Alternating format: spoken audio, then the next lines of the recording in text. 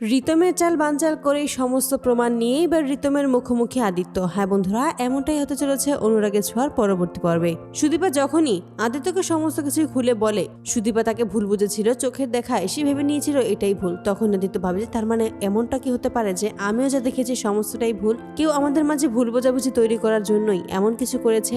আমাকে সমস্ত সত্যিটা জানতেই হবে। সমস্ত সত্যি না জেনে আমি সুদীপাকে কিছুই বলতে পারবো না। সুদীপা তখন বারবার জিজ্ঞেস করতে থাকে, আপনার হঠাৎ করে কি হয়েছে?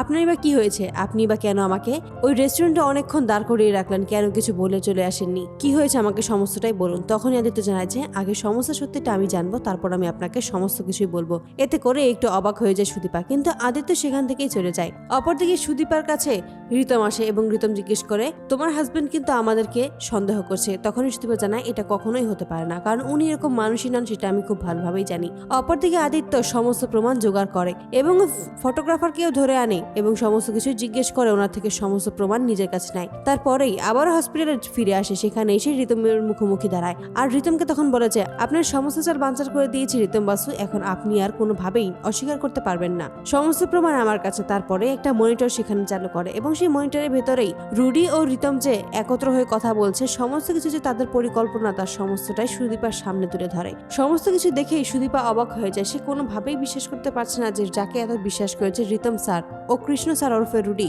তারা দুজনে মিলে এরকম একটা চক্রান্ত করছে। তখনই সুদীপা বুঝতে পারে যা হয়েছে সমস্তটাই হচ্ছে এই রুডি ও রিতমের চক্রান্ত।